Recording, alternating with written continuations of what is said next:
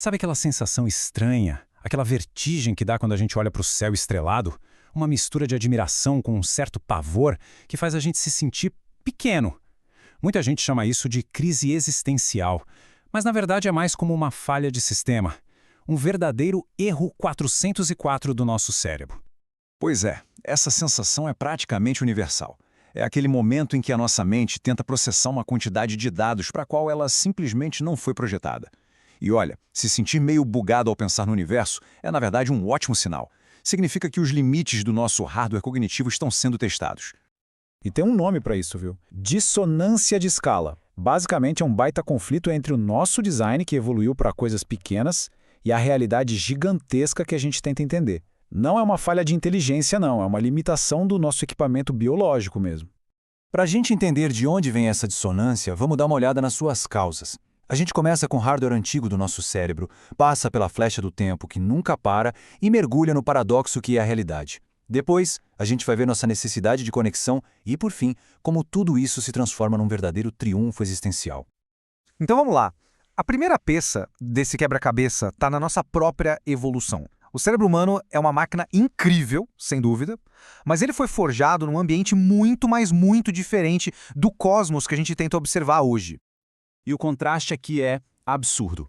O nosso cérebro evoluiu para resolver problemas imediatos. Achar comida, fugir de um predador, pensar em distâncias de quilômetros. Mas aí quando ele tenta visualizar 13,7 bilhões de anos, ou um único ano-luz, que dá mais de 9 trilhões de quilômetros, ele simplesmente trava. É como tentar rodar o software mais avançado que existe num computador lá da época da savana africana. Não vai dar certo. Então o ponto central é esse. Aquele vazio que a gente sente não é um defeito, é o som do nosso cérebro batendo no teto da própria evolução.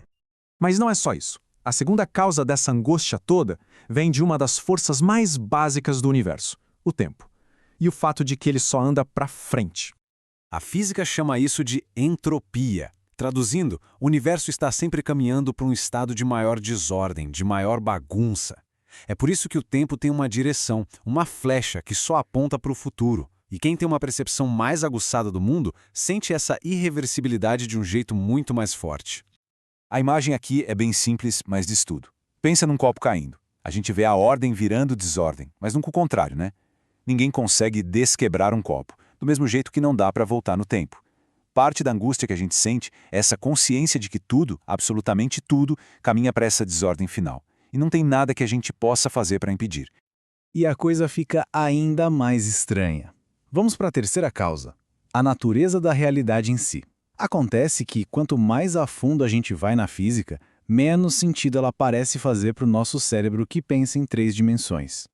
O nosso cérebro vive e respira em 3D. Mas o universo?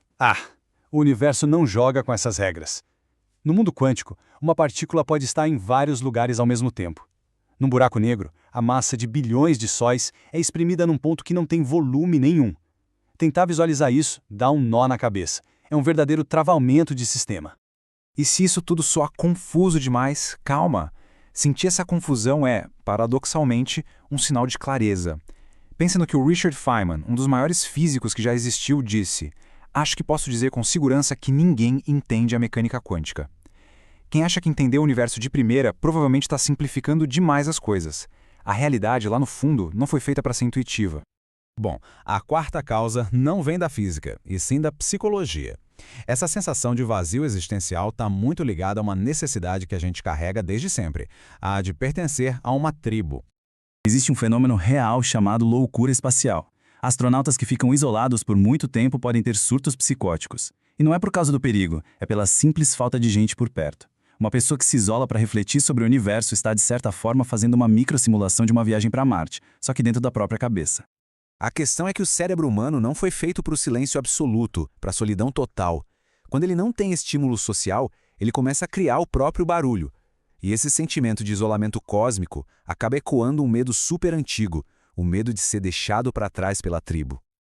Ok, olhar para tudo isso pode parecer meio desolador, né? Mas é exatamente aqui que a história tem uma virada sensacional. E se esse erro 404 não for um problema, mas sim a nossa maior conquista? Pensa bem, aquela sensação de ser um grãozinho de poeira não deveria ser deprimente. Muito pelo contrário. O fato de que uma espécie que evoluiu nas savanas para catar fruta conseguiu desenvolver um intelecto capaz de perceber a própria insignificância diante de um buraco negro, isso é o maior trunfo que a consciência poderia ter.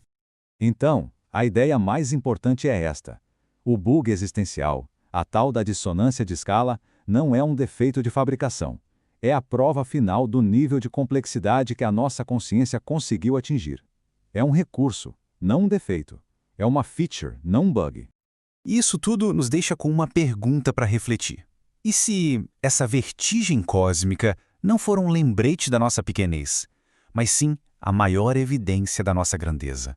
A prova de que um cérebro projetado para a savana conseguiu de alguma forma tocar as estrelas.